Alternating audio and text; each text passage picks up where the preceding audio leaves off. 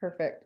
So one of the things that makes Celtic so special is we do have extremely um, prominent core values that I believe really set us apart. And I remember as a player having these core values. I remember when I came here and having a lot of powerful meetings with people from Celtic of the past, people of the present and the future, and what makes Celtic special. And we are essentially able to hone this idea into a tangible philosophy and to four core values, which are balance, development, character, and success. So what does balance mean as a club? Balance means that kids still get to be kids. I think we're seeing it more and more in the pros. We're looking at professional football players like Patrick Mahomes and Tom Brady, and they're coming and saying, "Hey, I was a multi-sport athlete, and I'm now one of the best football players to ever play." So it's this idea of understanding that kids need time off, that bodies need time off. But I had the opportunity to work in the pros, and it was a really fascinating thing for me when I was with these fully developed women who are competing in World Cups and winning World Cup gold medals, that they're only playing soccer for 9 months a year, and that they have an idea of balance. So that is something that we take very serious. I do love this core value, and I actually love it with a lot of my athletes. I have some athletes that I give them a day off and it just absolutely drives them crazy. But that's what we're here for. That's why we want to give them balance, so they have that hunger. So balance is very important. The next one is development. And development is hard. Development in soccer in a young game is really hard, but development pays off. One of the things that has made us successful as a club and has set us apart as a club is that we do believe in development. So you look at a lot of the narrative of Celtic, and often we might lose games when we're younger. We compete, we're teaching fundamentals, but we want to develop. But usually around 14 or 15, our teams start separating themselves. I always say good soccer wins, and we are pretty hardcore in teaching and playing good soccer. And it's a brand of soccer that ultimately separates us on the national level, and it separates our players when it comes to placement of Division I colleges, Division II colleges, or even youth national teams. Next core value is really big for us is character. We, myself and Jeff Lewis, who's going to be our new director of coaching, we hold our coaches to a really high standard. We hold our sideline to a really high standard, and then creating this environment, it naturally holds the kids to a really high standard. So character and understanding why we do what we do, and recognizing that these are kids who get to play soccer for about, maybe if they're lucky, 25 to 30% of their life. We're really trying to influence also that other 75% of their life. And then the last one of the core values is success, is we really want to win. And we want to be the best. We have goals. People ask all the time, Caitlin, what are your goals for the club? And it's always the same thing. I want to be the best club in the country. There's no doubt about that. So as we look at our core values and we look at the ever-changing world of soccer, we always find ourselves asking what's most important right now, and what do we need to do to be keeping up? And as much as we want balance and we want development, we want character, and we need success, we also have to figure out how does that apply to the world of soccer right now. And with the ever-changing soccer in the country, between these national leagues and platforms and college budgets and youth national budgets and how everything's evolving, we have to be continuously moving through the game. And a couple years ago, we had the opportunity to get into our first national platform league, which was the Girls Academy. And I remember so clearly about to send the email to the club that we had just got into the league. And I was dripping sweat. I was so nervous, thinking, this is a really big move that we are now asking our top 6 girls teams to leave Utah Youth Soccer and now come and join a national league. And I can now say 2 years later, it was one of the best things that we have ever done as a club. It has provided immense opportunities. It's provided an ability to have balance in our training schedule and our game schedule. The development has absolutely skyrocketed because of the environment we're in. Every athlete has improved. The character, one of the things with these leagues is the standards that they set, that you have to be at a certain standard as a club and as a coaching staff, and the way you behave to even be part of this. And then it has completely brought ultimate success. So I could not be more excited to provide this opportunity now for our boys, and also have another pathway for our girls. And I'm going to talk about that word right there of pathways.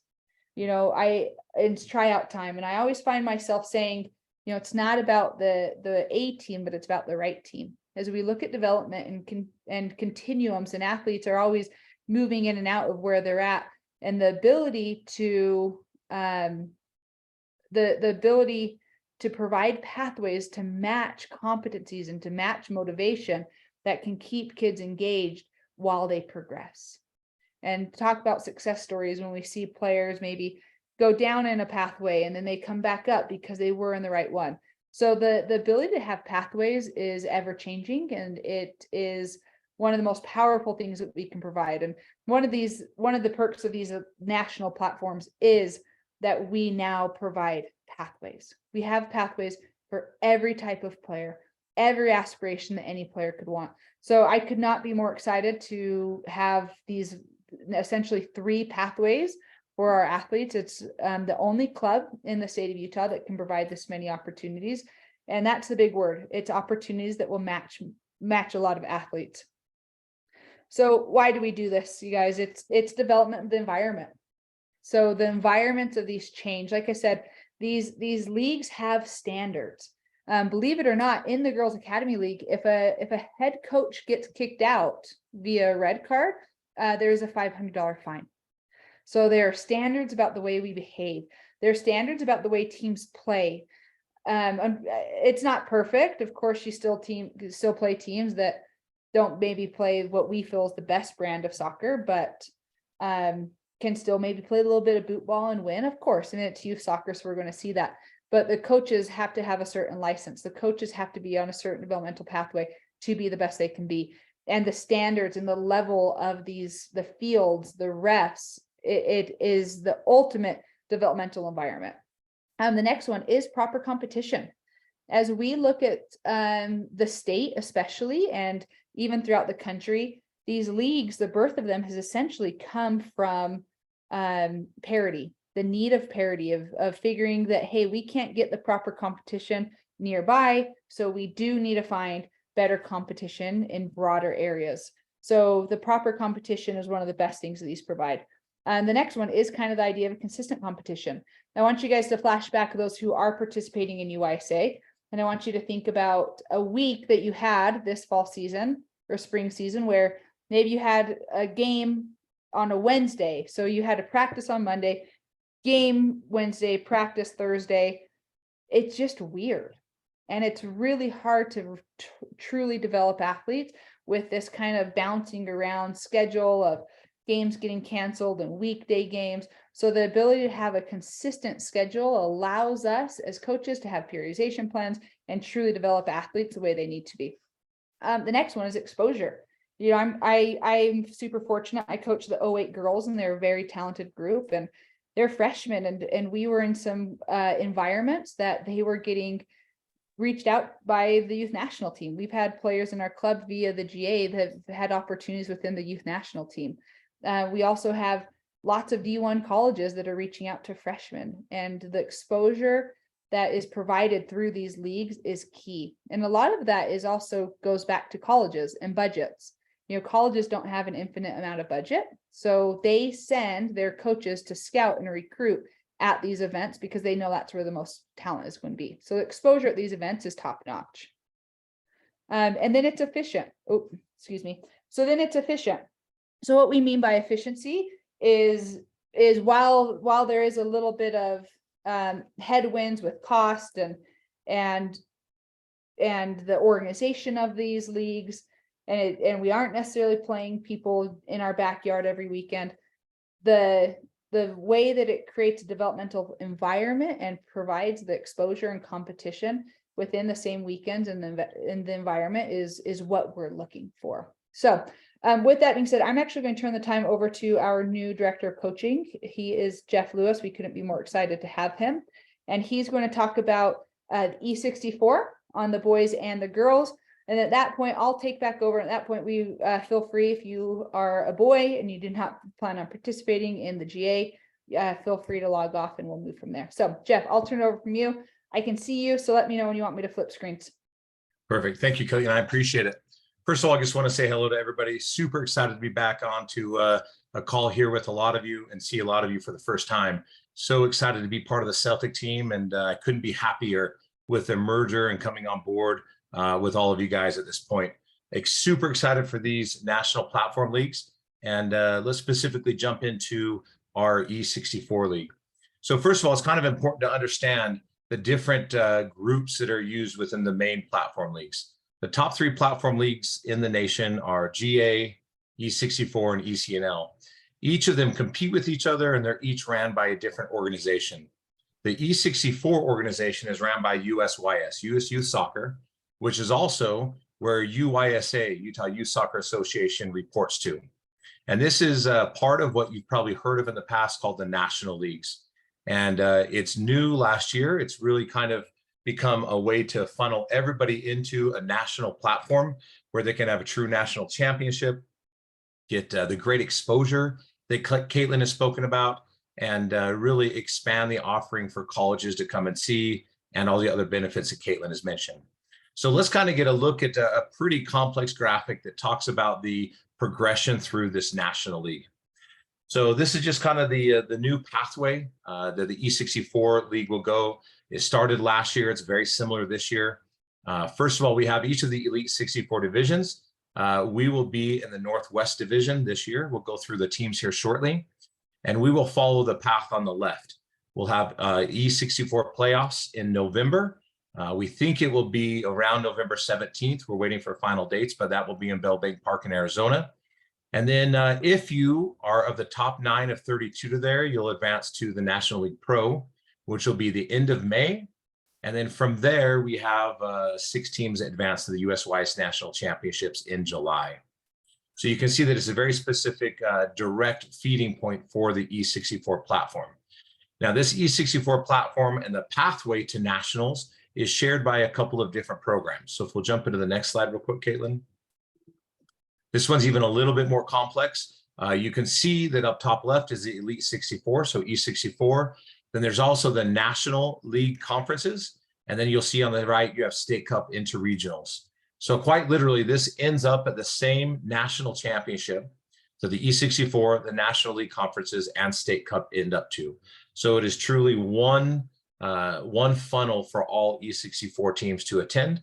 And this is similar to the last platform. You'll see that we are meeting in November, and we advance into the May National League Pro playoffs. So that's kind of how it'll work. And you'll see that through the US Youth Soccer platform that we'll all be able to get a chance to get a true state or national champion. That was clarified in the last few years. There's been a few different leagues that US Youth Soccer was supporting. And unfortunately, it got to a situation where nobody really knew who was national champions. So each of the platform leagues provide a path to their own championship, GA, E64, and ECNL. And this is the one that's provided by US Youth Soccer. If you want to jump into the next one, Caitlin. So some of the improvements, some of the things that they're aiming with this E64 league, and some of the things that we're excited about being involved in the E64 league. Prior, a lot of our teams would go to State Cup and go to regionals and nationals, but were they really national champions? Did they get to play the best teams in that specific platform? And the answer often was no. A lot of these go through the details that Caitlin had mentioned, but just quickly, all roads lead to nationals, which is important. It also cut out an unnecessary event that they thought prior. They had one more event on the road to get to nationals, and that's now out. The biggest one that I'm excited about is this College Scouts. And the College Scouts are really looking at one central place to see the best talent. The amount of college coaches at these events is absolutely tremendous. And for those of you that have been to regular college showcases lately, like Players Showcase, Vegas Cup, Mayor's Cup, Surf Cup, there's still college coaches there, but it's much less than what's been there in the past. So it's a very good way for us to get to the national championships. It also talks about some of the other benefits. One of the things that we like that Caitlin spoke about was the deconflicting calendar. There was a lot of events that got in the way of each other, and it kind of resolves that concern, which is really nice. So these are some of the benefits and the improvements. And it was so good that we thought it was good enough to put our club in. And it's been a really good event that I've talked to, like the USA leadership, Dennis Burrows, Patrick Rennie, and they love the event. They love the college scouts that are at the events. In fact, I also spoke with one of their other leaders the other day, and he spoke about the tremendous increase just in 1 year that their players are getting scouted for some of the Northwest colleges that are going to a lot of the events out here in the West. So they're already seeing an increase just from 1 year in the event. Do you want to jump to the next slide? So this is our conference. It's slightly different between the two. The boys club this year will have us. It'll have USA and Sparta, so 3 teams within the state, or 3 clubs within the state. Valor, Northwest United, who are both out of Washington, and then Oregon, a premier football club. The girls club is just slightly different. Instead of Sparta in it, they have the Idaho Rush out of Idaho. We're excited for the competition that these clubs bring, and think that with the geographic area, it'll work well for travel. Also, it'll work well for college scouts, because these are all in the Western US, and they should draw scouts to the events that our kids are interested in going to. And it will also be the case when we go to both the playoffs that will be held in Phoenix. And then even with some of the later on events that can be in California or Florida, there's a tremendous amount of scouts nationwide that go to the events. We're very, very excited about that. Here's kind of how it works. The schedule for E64 is that we'll have 2 season travel events. What we consider an event is like a weekend event. The travel events for E64 are slightly different than GA. GA is typically during their season a 2-game for a weekend event. E64 will be 3 to 4 games per event, and that they try to do a little bit different setup because they're trying to squish more games into a smaller period of time. There's some excitement about that to get more games in a weekend, but if you're playing 3 to 4 games in 3 days, then sometimes the quality of the fitness becomes more important, versus a GA where you get to play 2 games in 2 days, and it's not quite as big of a deal, the fitness level, to try to squish in as many games. So being said, we're going to have to balance these rosters very well with a busier weekend going on during the events. There'll also be a home weekend event. That will be a 3 to 4 game event that we will host here in Utah, with the outside clubs coming to visit us. So basically your season is held within 3 different weekends across the teams outside of the state. And the teams that win that conference, the top team in each age group, does punch a ticket to the Far West Regionals. And that's the same Far West Regionals that you get if you win UYSA State Cup. So E64 will present 2 separate roads to get to nationals. The one that we showed earlier, which is going through the E64 playoffs and regionals and eventually nationals. And then this one that will go through the Far West Regionals into regionals and then nationals as well. On top of that, there will be what we'll call 3 travel showcase events. These events differ slightly based on if you win. So for instance, if you win in the playoffs in November, you may attend a different event versus if you're not one of the top 9 teams in the showcase in November.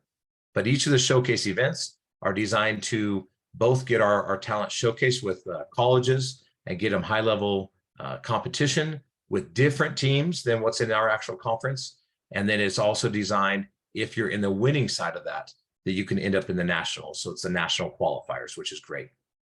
In addition, there's now a local league called the UPL, Utah Premier League. This league, or Utah Platform League, I'm sorry, Utah Platform League. This league is the premier league for the boys side for our club. And this year, the GA side will join the UPL as well. This is a league that the top platform league from each of the main platform clubs get to participate in, since this year they won't be able to participate in the regular state competition league. So this basically allows us to have local games against the other E64, GA, and ECNL teams. So this will give us an event where we'll play the Sparta teams, we'll play the Avalanche teams, we'll play the La Roca teams. And instead of doing so through the state competition league, where it's a mix of maybe their ECNL, GA, E64, and state teams, these will actually be their platform teams. Now, this UPL will take the place for our boys and our girls top teams, just for the platform teams in the state competition league. But for our girls that are in E64, they will still compete in the regular UISA league. The reason is that the state allows us to pick one platform league to play in the UPL. And because we're one of the few that have two platform leagues on the girls' side, we've decided that GA will participate in UPL and the boys will participate in UPL. This is a season that for the teams that are not in high school yet, there'll be games against each team in both the fall and the spring. And then for those that are in high school, they will play in either spring for the girls or fall for the boys, so that it doesn't interfere with their high school schedules. And then the UISA League for the girls E64 will stay as it is currently. There will also be a UPL, a Utah Platform League State Cup that will be held towards the end of May next year. And then also our UISA leagues for girls, we will have them participate in the UISA State Cup that's going on right now. So that's kind of what the schedule looks like. A lot of people are asking for specific dates. We're working on getting those for you guys. We do have a meeting actually tomorrow around the scheduling, and then we should have dates for showcase scheduling soon. And I think that's it for the E64, Caitlin. Over to you for the Girls Academy. Yeah. I do want to pop forward a little bit for the boys who are on here, because this is a fairly similar for both E64 and the GA. So obviously a big one is the cost. What is this? What's this price tag that we have to pay? So normal club fees apply. So that includes the fields, the overhead essentially of running a club, the indoor facility, gear, all those things that are part of the normal club fee. The way we do travel and lodging is per team. And let me share a couple examples of what we've experienced in the GA over the last couple of years. We have a couple teams that have chosen, hey, as a group, we are going to fly.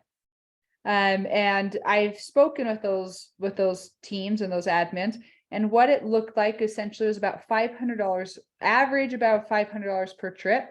And that would cover the athlete's food, the hotel, flights, rental car, and then the gas associated with that. We also had teams that said, hey, we're going to drive. And so they rented 13 passenger vans, or we've even seen teams rent actually mini buses to get down there. So a lot of that goes to the resources and the willpower of the individual team. I would say the most expensive that we have is when teams do decide to fly, which we leave it up to the individual teams and how they want to manage it. But I would say most teams do decide to do this. We average it out to be around $500 per trip. On top of that, so there's the club fee, and then there's the national platform operation. So what does that mean? We do have a different registration. Obviously, the coaches, they travel, and their travel and hotel. Back to the standards, there are a different level of referees at these events. There are a different level of field requirements at these events. For the GA, we've had to rent turf fields. We've had to make sure that the standard of field is correct. We have to have professional trainers at every event. The equipment needs are very different.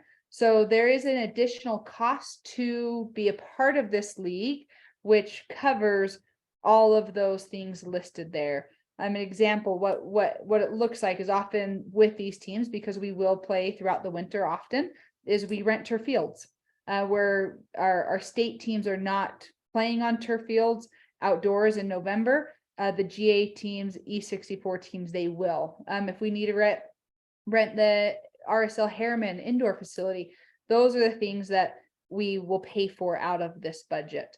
Recording, I don't have it on here. It would fall under the equipment, but the recording, all the games have to be recorded and uploaded onto Huddle. Again, going back to the standards as coaches, we review those films, we watch the teams coming up for game plans and those type of things. So it's all just an effort to create a high standard. So I thought this might be beneficial for everyone to kind of see the overall breakdown. So we're looking obviously U13 and up because it's our oldest six age groups. I thought it might be helpful for the comparison of what we're looking at. So you can see the normal club fees on there, and then you can see the operational fee of being part of the GA or E64. And that is where the increase will happen. So what we're looking at with club fees and operational fee, you're looking about 3,438. And then it would be addition to that, it would be the travel up to how teams decide to travel. There is a lot of almost bantering going around of clubs and what's most expensive and who's cheapest. And we have chosen to not engage in that banter, but I can say that from our other National League competitors, we are sitting at the lowest in the state of what we are charging. I'll jump in real quick on there, Caitlin. Those fees for the national platforms do already include coaches' travel, which we've had a lot of questions about. Not the player travel, but coaches. And then they also pay for, you're not paying like a per event situation if you go to like a college ID showcase. So you're not going to pay extra when you go to the November event, the playoff event in Mesa because of the event. That's included. Yeah, that's awesome. Thanks, Jeff. Yeah, that is kind of some disparity. So this is all of those things. All right. So with this, that is all the information for E64. So if you are a male and you're not intrigued in the Girls Academy, feel free to log off. If you would like to continue girl and understand kind of more about the Girls Academy League, that is where we will go from here. Again, this is all being recorded, so we will make sure that is posted shortly after. All right, so Girls Academy. So this is this will be our third year in it, and I cannot stand on a tall enough mountain and talk about how wonderful this platform is. It has absolutely transformed our club. It has transformed our athletes. It's transformed our teams. And it is without a doubt one of the best things that we have ever done as a club. And there's a couple of reasons I really appreciate it. Is that the Girls Academy is specifically designed for the female game. Some of the standards, the frameworks they have are targeted for the female game. They also have engaged in different platforms where female athletes have opportunities to express their voice and be a part of decision making in it.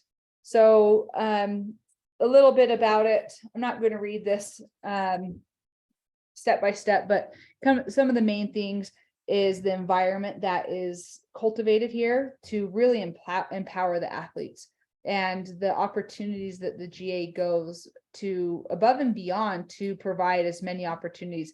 And these are opportunities such as the events. I mean, the events are absolutely world class. The GA works tirelessly to get scouts there, to get colleges there, to make sure that it is the best environment to give these girls every opportunity. The GA also does a phenomenal job with ID camps.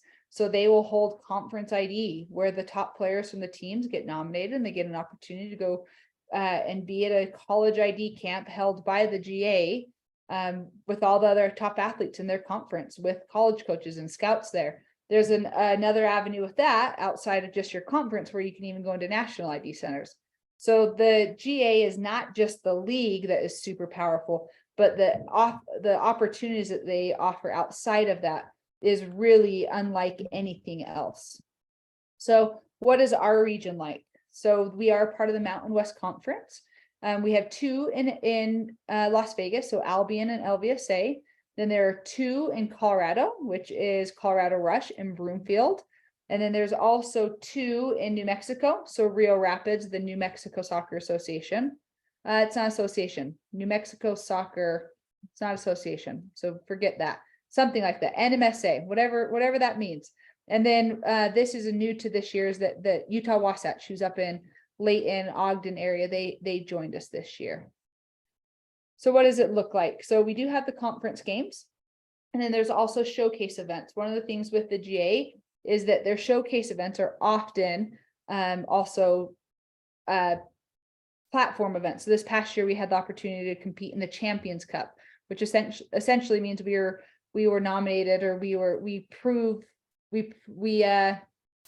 how did it happen? We solidified our spot as one of the top 16 clubs in the country in the GA. So we had the opportunity to go and participate in an event that was held at showcase events with the other 15 top clubs in the country. So with these schedules, we have the 14 games. We will play every team home once and away once, but they're done in travel partners. So to capture this, when we travel to Las Vegas, we play both Las Vegas teams. So we do our best to avoid Sundays. We can't avoid all Sundays, but when we go to Vegas, we play them Friday night and then Saturday afternoon. When we go to Colorado, that is one where Sunday is not as easily avoided. So we will play Colorado on a Saturday, and we'll play the other Colorado team on the Sunday. Same thing that happens here when Colorado travels here, when New Mexico travels here, we play 2 games. So we do it as a travel partner. So we play Colorado Rapids one day, and the following day we might play Broomfield. So we get to match those 2. The national events, there are events, these dates have not fully been released, but they are normally in December. This past December, we were in Phoenix. And then there's in March, this past March, we were in Florida. And then there's playoffs and regionals, or a regional event and a national championship event, which are in June and July. And those are also accompanied by a showcase. So that is the overall gist of the GA. And kind of what we are doing as a platform. So I'm going to stop sharing my screen. Maybe not, because I don't know how. There we go. All right, so that's kind of the overall, main topics of this. And I can't share enough. Again, the best thing that we now have the opportunity to do is provide pathways. So if your athlete feels like they want the highest trajectory, there's an opportunity for them to do that. If they feel like a UISA is still the proper platform, that's a great avenue for them as well. There are opportunities too that we worked on as a club and to fundraise. I actually had an athlete on one of my teams that she actually got money back. So we did the Ollie fundraising, where essentially it's very popular right now, where we go and you post something on your social media and allows people to donate. So there are opportunities. We will be hosting those as a club to help kind of lighten that burden. But I could not be more excited. It absolutely revolutionized our club, and I could not be more excited to offer that opportunity to even more athletes. And I will say, out of the 100 athletes that we have had participate in the GA, I would dare say less than 5% have exited. So that's pretty powerful when we have a 95% retention rate, because the proof is in the product. So we couldn't be more excited. I'm going to pop my email into the chat so anyone can get it. So I essentially will oversee the GA. And Jeff, maybe if you want to pop yours in there as well. Jeff is another great person to reach out for any E64 questions. He's put a lot of work in, and Jeff has really owned that. So he will have all the questions better for E64. And then I can answer any questions you have for the GA. So we really appreciate it. We are 40 minutes in. We know this is a crazy time for soccer, so we don't want to take up too much more time. So we appreciate it. Please reach out if you have any questions. Jeff and I will also be at the tryouts.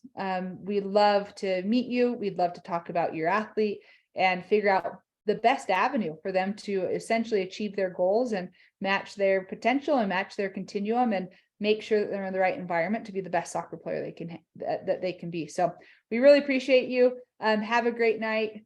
Jeff, do you have any closing words for us? Nope, we appreciate your time, and we're excited for this next season. It's going to be great. Yep. Go Celtic. Thank you, guys.